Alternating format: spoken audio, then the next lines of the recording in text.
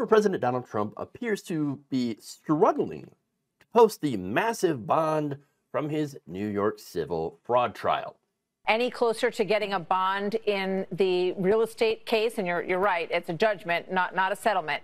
No agreement made in that case. Yeah, no, I unfortunately I can't speak to that. That's privileged, and I am the attorney, one of the attorneys on that case. But like I said, the judgment's absurd, and the fact that we're even talking about this, Martha, is absurd. And I hope that the appellate division will do the right thing here, as we've seen them do a few times before. So wait, no information at all as to how they're going to come up with the money?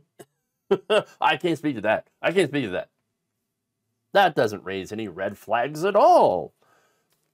I mean, in order to appeal the decision, Trump has to post a bond of the full amount plus interest. That's the rules. Okay. Look, it wouldn't. Why should the rules not apply to Donald Trump? Because he's Donald Trump? Doesn't make any sense, right? And it wouldn't be surprised to learn that Trump is having a hard time coming up with all that money. I mean, it's a lot, right? He needs $467 million.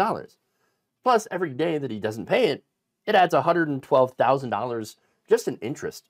It's more than I make in a year. That's way more than I make in a year. So, but that gets added to the amount every single day. Anybody would be hard-pressed to come up with that kind of money, right? Unless, of course, you're a wealthy billionaire. Somebody extremely wealthy who goes on television and you know, different news outlets to brag about how rich he is. I mean, if you are a billionaire, then, well, why would you need to delay posting bond or try to offer just a fraction of what the law dictates you should post? Trump offered to pay $100 million. And the judge is like, what are you nuts? No, I'm not going to make an exception for you. Come on. And surely you would think that he'd be able to afford the whole amount, which is why the judge rejects his pleas. Again, he's not out there saying, I can't afford this. There's just no way that I can afford this. He's out there saying, sending his lawyers at least, oh, it's absurd.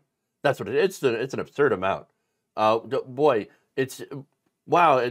I mean, we can totally afford it and everything, but wow, we just don't like it.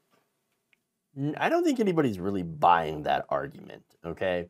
So now, the guy's got until March 25th to stay the fraud judgment, meaning he'd have to put up money, assets, or appeal the bond to cover the full amount, okay? So if he fails to do so, fun things happen. And fun things for us, not so much for him. New York Attorney General Letitia James could start seizing his assets. Imagine that. Wonder what she would take first. I mean, would it be Trump Tower? Might be a bit too, you know, aggressive. Maybe she could just pick up some of the smaller properties, or she could just drive a stake into his heart by going right for Mar-a-Lago. Imagine that. Oh, this state of New York now owns Mar-a-Lago. I think she's probably got a list of things, you know, the way that things are going, okay, of what she would take first. But this is somebody who has launched a line of sneakers and promoted a fan-funded GoFundMe campaign to try to help with his many legal bills. So, again, not a surprise to see him not putting up that money yet. So, by the way, the RNC has basically been the subject of a hostile takeover now that Trump is the nominee. And guess what they're doing?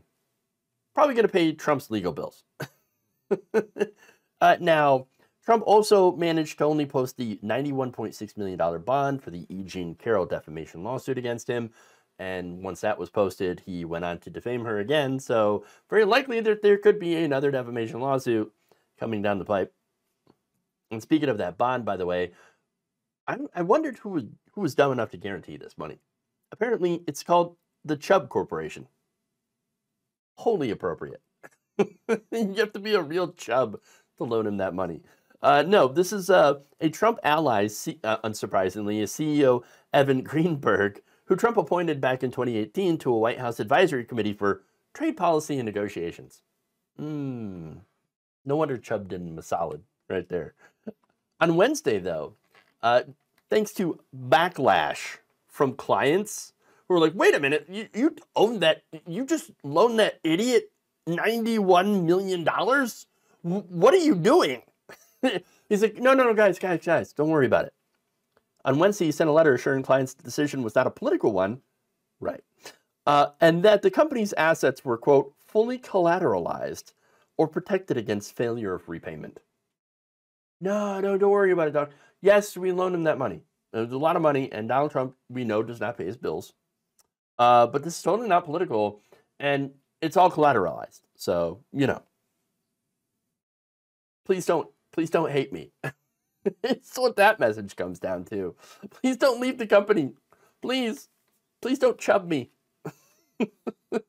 Look, Donald Trump, getting to chub, which just sounds very, very inappropriate right now. Trump has a record of stiffing people, okay? So you'd have to be a real chub to loan him anything. I don't care if it's $1 for the snack machine. You ain't getting it back. Why would you ever loan him money? Doesn't make any sense to me. It has to be political. But anyway, the reason, of course, that you're not getting it back is because, number one, it's cheap, and number two, most importantly, as evidenced by all of this, he's going broke.